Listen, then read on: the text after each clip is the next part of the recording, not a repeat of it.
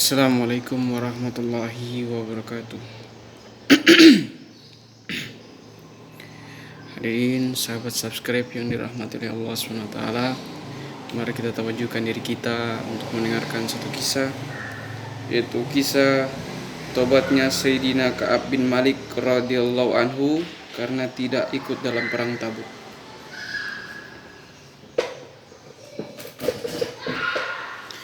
Dalam perang Tabuk, selain orang-orang yang uzur, ada lebih dari 80 orang munafik Madinah yang tidak menyertai perang itu. Sejumlah itu pula orang-orang penghuni padang Sahara yang tidak mengikuti perang itu. Masih banyak juga orang-orang yang tidak ikut dalam perang tersebut. Mereka bukan saja tidak mengikuti perang, bahkan mereka menghalang-halangi yang lainnya dengan berkata, "Janganlah kalian berangkat perang pada musim panas." Allah SWT menjawab perkataan mereka dengan firman-Nya yang artinya, api neraka jahanam lebih panas lagi. Selain mereka, ada 3 orang sahabat yang tidak menyertai perang tersebut tanpa uzur yang kuat. Mereka adalah Sayyidina Ka'ab bin Malik radhiyallahu anhu, Sayyidina Hilal bin Umayyah radhiyallahu anhu, dan Sayyidina Murarah bin Rabi radhiyallahu anhu. Mereka tidak mengikuti perang Tabuk bukan karena kemunafikan, juga bukan karena suatu uzur, bahkan mereka sebenarnya dalam kelapangan hidup. Mengenai ketidakikutsertaannya, Sayyidina Ka'ab radhiyallahu anhu menuturkan sendiri kisahnya secara terperinci. Kisahnya akan diceritakan dalam lembaran berikut ini. Adapun Sayyidina Murarah bin Rabi radhiyallahu anhu, ketika itu kebun miliknya akan panen besar. Ia berpikir, jika aku pergi, semuanya akan menjadi sia-sia. Aku selalu menyertai peperangan. Jika kali ini aku tidak menyertainya, kupikir tidak mengapa. Karena pertimbangan itulah ia tidak menyertainya. Namun, ketika menyadari bahwa kebun kurmanya lah yang menyebabkan ia tidak ikut ke Tabuk, ia segera menyedekahkan seluruh kebunnya itu. Sedangkan yang menyebabkan Sayyidina Hilal bin Umayyah radhiyallahu anhu tidak menyertai peperangan itu, karena ketika itu seluruh kaum kerabatnya yang merantau di berbagai tempat sedang berkumpul. Ia juga berpikiran sama dengan Sayyidina Murarah bin Rabi radhiyallahu anhu, bahwa ia telah menyertai banyak peperangan sebelumnya. Jika pada kesempatan ini ia tidak menyertainya, tentu tidak mengapa. Atas pertimbangan itulah dia tidak menyertai peperangan tersebut. Setelah sadar, ia berniat akan memutuskan hubungan dengan seluruh kaum kerabatnya, karena hubungan dengan mereka lah yang menjadikan ia tidak menyertai peperangan tersebut. Kisah tentang Sayyidina Ka'ab bin Malik radhiyallahu anhu telah banyak ditulis dalam kitab-kitab hadis. Ia menerangkan kisahnya sendiri dengan rinci. Ia berkisah sebagai berikut. Belum pernah aku mendapatkan kelapangan dan kekayaan seperti saat-saat menjelang perang Tabuk. Saat itu aku memiliki 2 ekor unta, padahal sebelumnya aku tidak pernah memiliki 2 ekor unta sekaligus. Sudah menjadi kebiasaan baginda Nabi sallallahu alaihi wasallam, jika akan berperang, beliau tidak pernah memberitahukan tujuannya. Bahkan beliau menanyakan keadaan daerah lain untuk merahasiakan tujuan yang sebenarnya sehingga tidak diketahui oleh musuh. Namun pada perang kali ini, karena cuaca yang begitu panas dan jarak yang begitu jauh, serta musuh yang jumlahnya begitu besar, maka baginda Rasulullah SAW mengumumkan secara terang-terangan tujuan pasukan kaum muslimin agar mereka bersiap-siap. Ketika itu banyak sekali kaum muslimin yang akan menyertai baginda Nabi sallallahu alaihi wasallam, sehingga sulit menuliskan semua nama mereka dalam daftar. Mereka yang ingin menyembunyikan diri untuk tidak ikut pun tidak mudah diketahui karena banyaknya jumlah pasukan. Bertepatan pada masa itu kebun-kebun kurma di Madinah akan panen besar.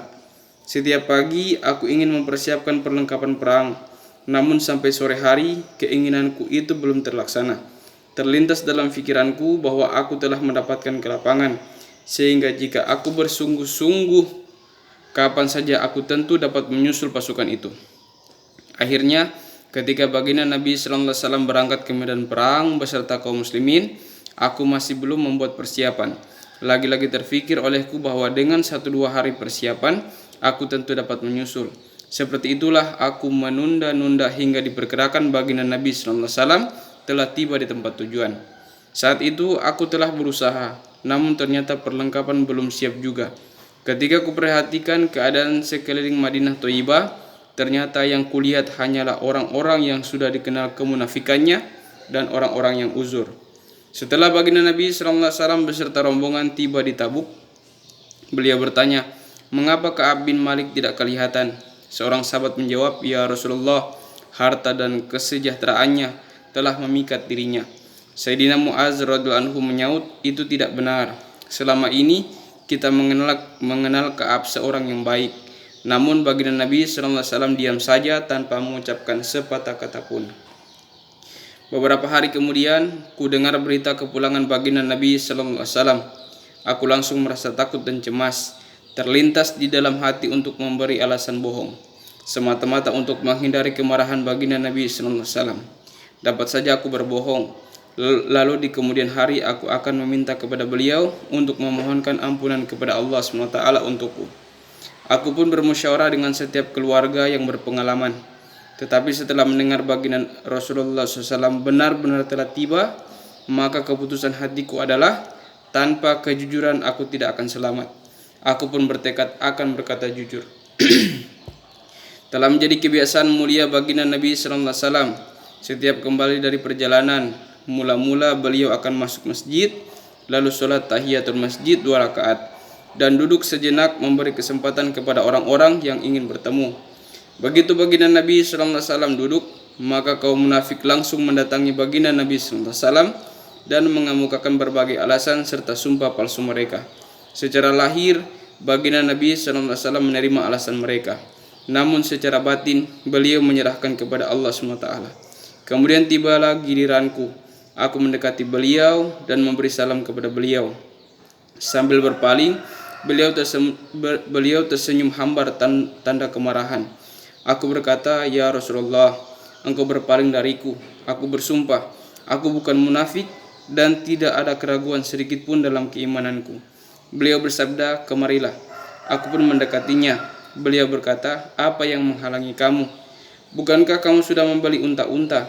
Jawabku, "Ya Rasulullah, jika saat ini aku mendatangi ahli-ahli dunia, aku yakin aku akan membuat alasan-alasan bohong yang masuk akal agar aku terhindar dari kemarahannya, karena Allah SWT telah memberiku karunia kepandaian bicara.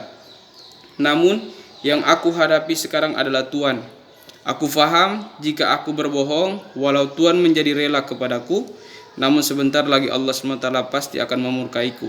Sebaliknya, jika aku jujur sekarang, Tuhan mungkin akan memarahiku, tetapi tidak lama kemudian Allah yang Maha Suci akan menghilangkan kemarahan Tuhan. Untuk itu, aku akan berkata jujur. Demi Allah, aku tidak ada uzur apapun. Aku dalam keadaan bebas dan lapang yang tidak pernah kualami sebelumnya." Beliau bersabda, dia berkata jujur. Kemudian beliau bersabda, "Berdirilah, nanti Allah SWT sendiri yang akan memutuskan masalahmu." Aku pun pergi meninggalkan baginda Nabi SAW dan banyak orang dari kaumku memarahiku. "Bukankah engkau belum pernah berbuat dosa sedikit pun sebelumnya? Jika engkau meminta baginda Nabi SAW memohonkan ampun bagimu, tentu itu telah cukup bagimu." Aku bertanya kepada mereka, "Adakah orang lain yang diperlakukan seperti aku?" Mereka memberitahu kepadaku bahwa selain diriku, ada 2 orang lagi yang berbicara kepada baginda Nabi SAW sepertiku dan mendapat jawaban yang sama. Mereka adalah Hilal bin Umayyah radhiyallahu anhu dan Murarah bin Rabi radhiyallahu anhu. Aku tahu kedua orang itu orang soleh yang telah ikut perang Badar. Keadaan mereka serupa denganku, dan sikap mereka yang jujur kepada baginda Nabi SAW adalah teladan bagiku. Kemudian baginda Nabi SAW melarang orang-orang untuk berbicara dengan kami bertiga. Sudah menjadi kaidah bahwa kemarahan kepada seorang akan timbul karena adanya hubungan hati dengannya. Suatu peringatan hanyalah bagi mereka yang dapat menerimanya. Sedangkan orang yang tidak layak untuk diperbaiki, maka siapakah yang mau memberi peringatan kepadanya? Sayyidina Ka'ab radhiyallahu anhu selanjutnya berkata, "Akibat larangan baginda Rasulullah SAW, orang-orang tidak mau berbicara dengan kami dan mulai menjauhi kami. Bagi kami dunia seakan-akan berubah, sehingga kami merasa bumi yang luas ini menjadi sempit.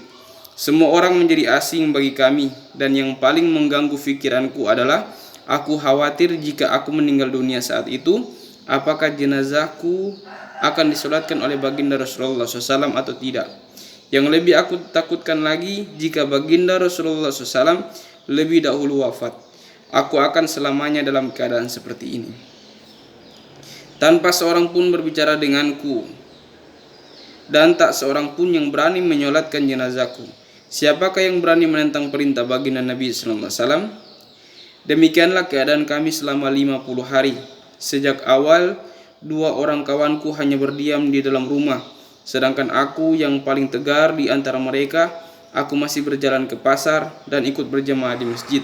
Namun tak seorang pun yang berani berbicara denganku. Aku sering hadir di majelis baginda Rasulullah SAW dan mengucapkan salam sambil penuh harap ada jawaban yang keluar dari bibir beliau yang mulia. Suatu ketika setelah sholat berjamaah, aku berdiri sholat sunnah di dekat beliau. Aku melirik apakah beliau melihatku atau tidak. Ternyata ketika aku sibuk dengan sholatku, beliau memandangku. Tetapi ketika aku memandang beliau memalingkan wajah. Keadaan seperti ini terus berlangsung. Tidak bicaranya orang-orang Islamnya menjadi teramat berat bagiku. Maka aku memanjat pagar rumah sepupuku yang sangat akrab denganku, Abu Qatadah radhiyallahu anhu. Aku mengucapkan salam, tetapi ia tidak membalas salamku. Aku bersumpah di hadapannya lalu bertanya, bukankah engkau tahu bahwa aku mencintai Allah dan Rasul-Nya? Ia tidak menjawab pertanyaanku. Aku kembali bersumpah dan bertanya kepadanya, namun ia tetap tidak menjawab pertanyaanku. Ketika aku ulangi yang ketiga kalinya dengan bersumpah, ia hanya menjawab, hanya Allah dan Rasul-Nya yang mengetahui. Mendengar jawaban itu, aku langsung menangis, lalu aku meninggalkan tempat itu. Suatu saat, aku sedang berjalan-jalan di pasar Madinah. Kulihat seorang Kipti Mesir Nasrani datang dari Syam ke Madinah untuk berdagang. Aku mendengar ia berkata, tolong tunjukkan rumah Ka'ab bin Malik. Orang-orang pun menunjuk ke arahku. Kemudian ia mendatangiku dan memberi sepucuk surat dari Raja Kafir yang memerintah di negeri Ghassan. Tertulis di dalamnya, kami telah mengetahui bahwa saat ini Anda sedang dizolimi oleh pemimpin Anda. Allah tidak akan membiarkan Anda dalam kehinaan dan menyia-nyiakan Anda. Maka datanglah kepada kami akan menolong Anda. Sudah menjadi kebiasaan di dunia ini, jika seorang bawahan menerima peringatan dari pimpinannya, maka orang-orang yang ingin menyesatkan akan lebih memanasi dirinya, berpura-pura menasihati mereka, dan akan lebih membakar dengan kata-kata seperti itu. Sayyidina Ka'ab bin Malik radhiyallahu anhu berkata, setelah membaca surat tersebut, aku langsung mengucapkan inna lillahi wa inna ilaihi rajiun. Sampai seperti itukah keadaanku, sehingga orang-orang kafir pun menginginkan diriku dan berusaha mengeluarkan aku dari Islam. Ini satu musibah lagi bagiku. Ku ambil surat tersebut lalu kucampakkan ke dalam tungku api. Kemudian aku mengunjungi baginda Nabi SAW dan berkata, ya Rasulullah, karena engkau berpaling, orang-orang kafir pun menghendaki diriku agar memasuki agama mereka. Demikianlah keadaan yang menimpaku selama 40 hari. Hingga suatu saat datanglah utusan baginda Rasulullah SAW yang memerintahkan kami agar berpisah dengan istri-istri kami. Aku bertanya, apakah maksudnya aku harus mencerainya? Jawabnya, bukan, tetapi sekedar berpisah untuk sementara. Utusan itu pun mendatangi kedua temanku untuk menyampaikan hal yang sama. Aku berkata kepada istriku, pulanglah ke rumah keluargamu dan tinggallah di sana selama Allah SWT belum memutuskan masalah ini. Sedangkan istri Sayyidina Hilal bin Umayyah radhiyallahu anhu menemui baginda Rasulullah SAW dan menyampaikan, Hilal sudah sangat tua. Jika tidak ada yang mengurusnya, hal itu dapat membuatnya celaka. Jika engkau mengizinkan dan tidak merasa keberatan, aku ingin merawatnya. Baginda Nabi SAW menyahut, kamu boleh merawatnya, asalkan tidak berhubungan badan dengannya. Istrinya menjawab, ya Rasulullah, ia sudah tidak memiliki keinginan lagi semenjak peristiwa ini menimpanya. Ia menghabiskan waktunya dengan menangis sampai sekarang. Sayyidina Ka'ab radhiyallahu anhu melanjutkan kisahnya. Ada yang mengusulkan kepadaku agar aku juga berbuat seperti Hilal, yaitu meminta kepada baginda Nabi SAW agar istriku merawatku. Mungkin aku akan diizinkan untuk tinggal dengan istri. Namun aku menjawab, Hilal sudah tua, sedangkan aku masih muda. Aku tidak tahu apa jawaban baginda Rasulullah SAW. Untuk itu aku tidak berani meminta izin. Keadaan tersebut berjalan selama 10 hari, sehingga kehidupan dengan dikucilkan seperti ini telah berjalan selama 50 hari. Pada hari ke-50 aku sholat subuh di atas atap rumahku. Setelah itu aku duduk di tempat itu dengan bersedih hati. Bumi terasa sempit dan kehidupan terasa berat bagiku. Tiba-tiba dari arah Bukit Sala, sebuah bukit di Madinah, terdengar suara keras. Hai Ka'ab, ada kabar gembira untukmu. Demikian gembiranya aku sehingga aku langsung sujud syukur dan menangis gembira. Aku tahu kesempitan ini sudah berakhir. Selepas salat subuh tadi, baginda Rasulullah SAW mengumumkan ampunan bagi kami. Berita yang pertama kali kami dengar adalah dari orang yang membawa berita dari atas gunung itu. Kemudian datang lagi seseorang yang berkuda membawa berita yang sama. Karena begitu gembira, langsung kulepaskan pakaian yang sedang kupakai dan kuhadiahkan kepada pembawa berita tersebut. Demi Allah, saat itu aku tidak memiliki lagi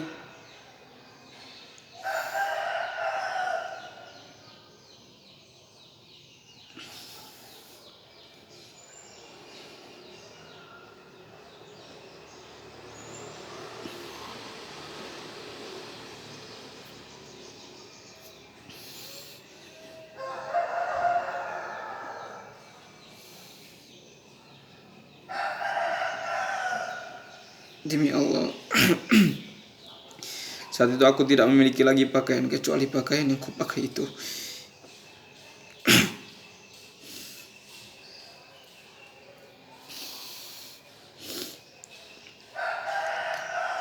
Lalu aku meminjam pakaian untuk menghadap baginda Rasulullah SAW. Kabar gembira ini pun telah disampaikan kepada kedua temanku. Setiba di masjid, para sahabat radhiyallahu anhu yang sedang duduk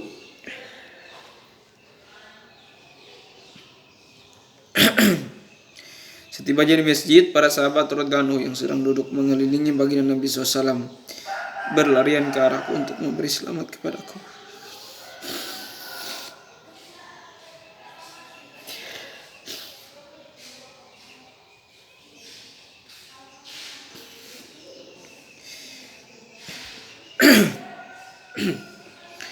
Yang pertama kali memberi selamat ialah Thalha bin Ubaidillah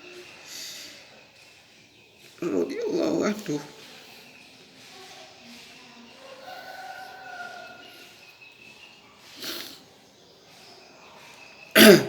Dalam naskah Urdu ditulis Abu Talha, yang benar adalah Thalha bin Ubaidillah, sebagaimana tertulis dalam sumber aslinya dari kitab Durrul Mansur dan Fathul Bari. Ia memeluk dan menyelamiku, sikapnya itu selalu aku kenang. Kemudian ku dekati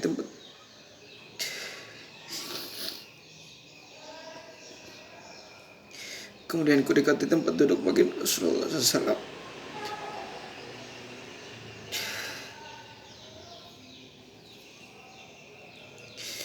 dan memberi salam kepadanya.